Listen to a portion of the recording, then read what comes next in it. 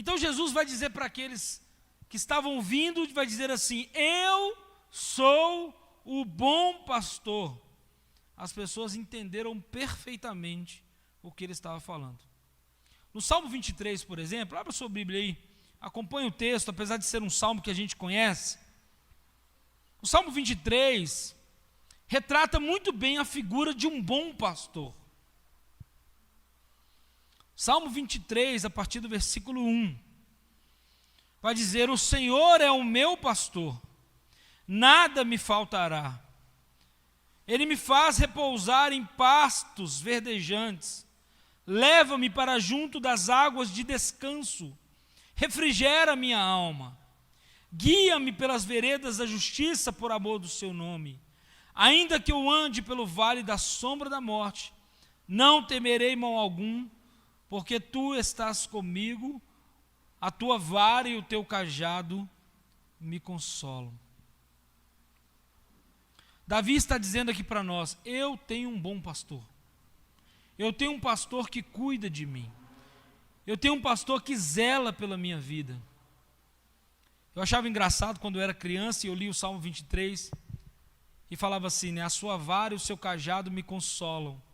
E eu ficava assim: como assim a vara e o cajado consolam? Porque vara é no sentido de apanhar, né? A sua vara? Como assim me consola essa vara? Mas é porque o pastor, ele tinha uma vara, e essa vara tinha um gancho na ponta. E essa vara conduzia o rebanho dos lugares sombrios. Então ele conduzia o rebanho com a vara. E o cajado consolava, porque quando alguma ovelha ia cair no penhasco, ele segurava com o cajado. Por isso que a vara e o cajado traz segurança e consolo. Davi está falando: olha, ele me leva para boas pastagens. Davi está falando aqui: ele é o meu Senhor, ele cuida de mim, ele me leva para águas tranquilas, ele refrigera minha alma. Eu tenho um bom pastor que cuida de mim. É isso que Davi está falando: eu tenho um bom pastor, ele cuida de mim. Agora pensa comigo uma coisa. Se Jesus está falando que ele é o bom pastor, significa dizer que existe o mau pastor. Você concorda comigo? Se Jesus está falando eu sou o bom pastor, significa dizer que existe um mau pastor, que é diferente daquilo que Jesus está ensinando. E o mau pastor faz tudo que é contrário àquilo que o bom pastor faz. Então, se o bom pastor cuida, o mau pastor não cuida. Ele faz o que é contrário àquilo que o bom pastor faz. E aí, se a gente olhar para o texto, João capítulo 10, versículo 12, João 10, 12 vai dizer assim para nós: o mercenário que não é pastor, a quem não pertence as ovelhas, vê vir o lobo, abandona as ovelhas e foge. Então o lobo as arrebata e dispersa.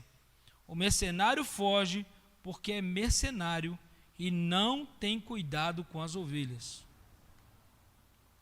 O texto está falando aqui: o mercenário que não é pastor, em outras palavras, tem alguém cuidando do aprisco das ovelhas.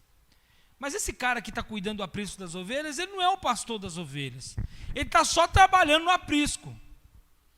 E aí quando vem o lobo, ele fala assim: eu não fui pago para poder lutar com o lobo. Entendeu? Meu ofício não é esse, eu fui pago para poder cuidar das ovelhas. Quando vem o lobo, ele racha fora. Porque a ovelha não é dele, ele não quer cuidar da ovelha. Ele estará com interesse, um interesse financeiro muitas vezes.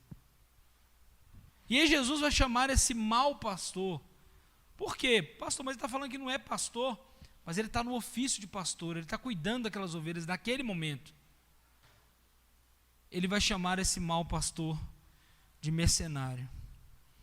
Jesus está querendo nos alertar aqui, querido, sobre as autoridades religiosas, profissionais, aqueles que têm interesse em continuar no ministério que ocupam em troca de qualquer vantagem material.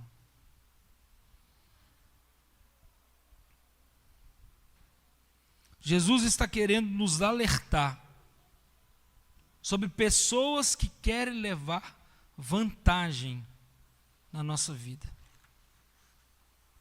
Os mercenários, querido, não têm interesse real e uma intenção honesta de fazer o bem para as ovelhas entregues aos seus cuidados. E que por isso não estão dispostos a fazer nenhum tipo de sacrifício pelas ovelhas. Esse é o mercenário.